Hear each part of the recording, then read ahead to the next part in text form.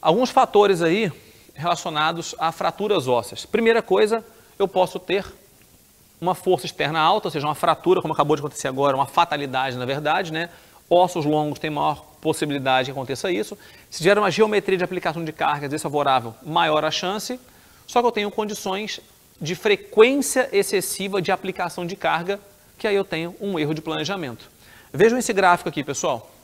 Aqui eu tenho um gráfico de probabilidade de lesão, onde eu tenho uma condição que eu tenho uma alta magnitude de carga e uma baixa frequência. Então, ou seja, o caso do Anderson Silva ali é um evento pontual, um evento com uma carga altíssima, com uma geometria de carga desfavorável, ou seja, transversal, que gerou uma lesão muito séria.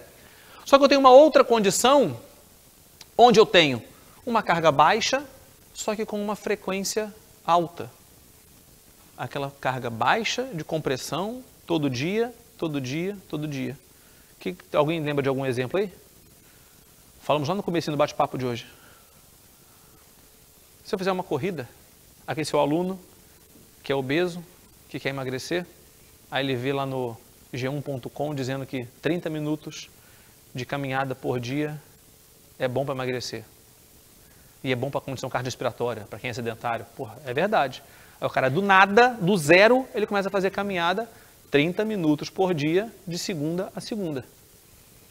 Né? Eu tenho uma condição onde a magnitude de carga é baixa, que é 1.2, só que eu tenho uma frequência altíssima. Probabilidade de lesão altíssima. Tá bom? Uma condição que é interessante, que eu falei sobre músculo, eu falei da hérnia. Isso, vai levar uma fratura por estresse. Eu ia chegar nisso depois, Caroline, perfeito. Uma condição que é interessante sobre proteína, falei do meu caso aqui, pensando em hérnia discal, mas para osso vai chegar no mesmo lugar. O que acontece com o seu músculo quando ele está sob condição de fadiga? Quanto maior a condição de fadiga, menor é a capacidade do músculo produzir força. Se eu preciso desse cara para me proteger, para mecanismos de contra-inclinação, se ele está mais fadigado, maior a chance de uma lesão, correto? E aquele meu exemplo aí de organização de treino, eu pensei na fadiga acumulada ao longo dos dias. Só pensem que você pode ter isso numa sessão de treino, né? Reparem que muitas situações de futebol, é muito comum, eu trabalhei com futebol por um tempinho, a maioria das lesões musculares, eu falando de músculo agora, né, que é mais lesionado, no futebol, acontecem no final do jogo.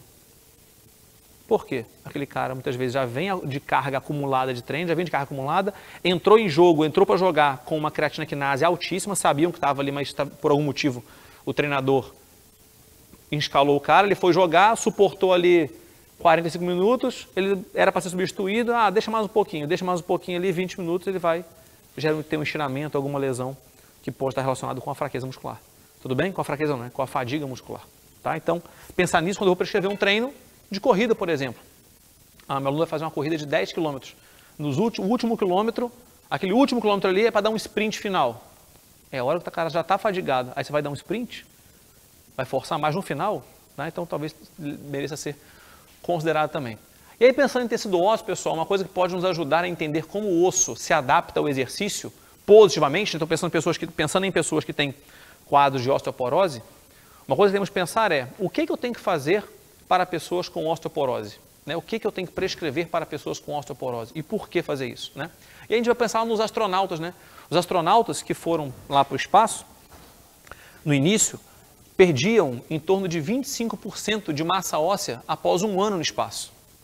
25% de massa óssea após um ano no espaço. Pessoas que estão acamadas perdem, em média, 1% de massa óssea por semana. Tá? O que acontece com essas pessoas que estão acamadas ou estão lá no espaço, galera?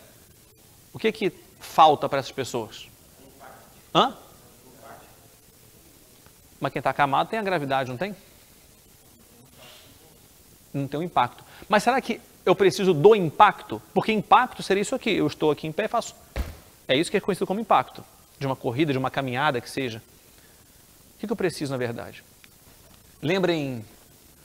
Lembram lá do que eu falei com vocês? Quando eu falei lá da matriz inorgânica, que eu falei, gente, íons de cálcio mais fosfato formam uma substância chamada de cristais de hidroxiapatita.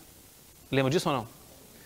Esse cristal de hidroxiapatita que tem dentro do osso, formado pelos íons de cálcio mais o fosfato, eles têm uma característica piezoelétrica.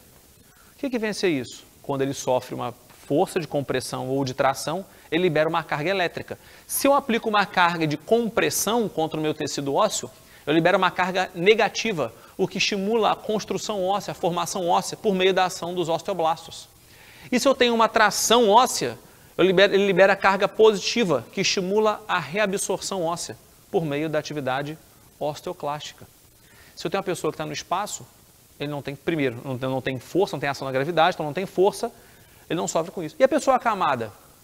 A pessoa acamada, ele está acamado, obviamente, e por mais que ele tenha uma força atuando contra o corpo dele ali, da aceleração da gravidade, ele está, se eu for pensar bem praticamente, ele está na horizontal.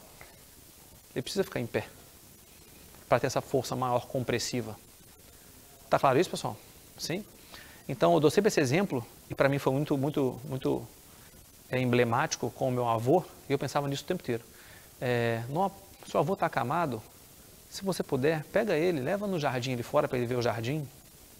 Não é para ele ver o jardim somente, não é só por causa de ver o jardim, é para ele ficar em pé, nem que seja um pouquinho, 1 minuto, 2 minutos por dia, melhor do que ele ficar somente deitado, tá? Para diminuir as compressões, logicamente para evitar escaras e tudo mais, mas tem aquele fator de evitar essa perda tão exacerbada de massa óssea, igual eu falei antes, que fica em torno de 1% a cada semana acamado. Então é uma coisa muito grande, tá? Então temos que pensar nisso também para as pessoas que vieram de algum momento acamado por alguma lesão, por alguma condição, tá?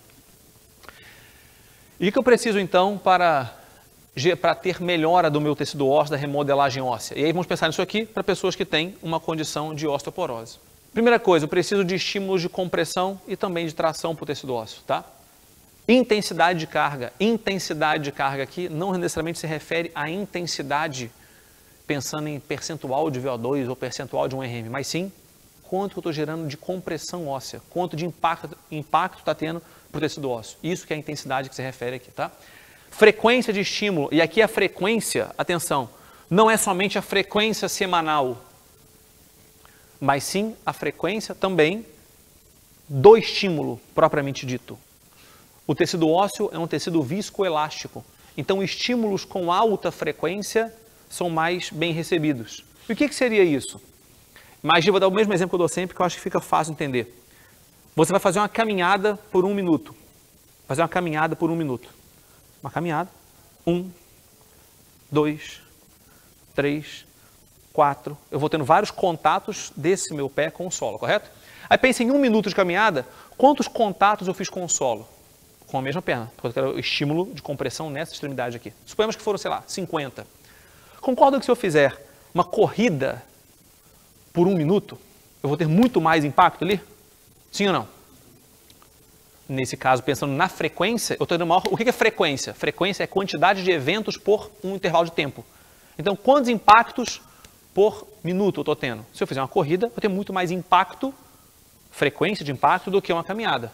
Então, pensando pela frequência, a corrida é melhor que a caminhada. Só tem que pensar que a corrida tem uma magnitude, uma intensidade muito maior que da caminhada, que é o que eu quero para aquela pessoa.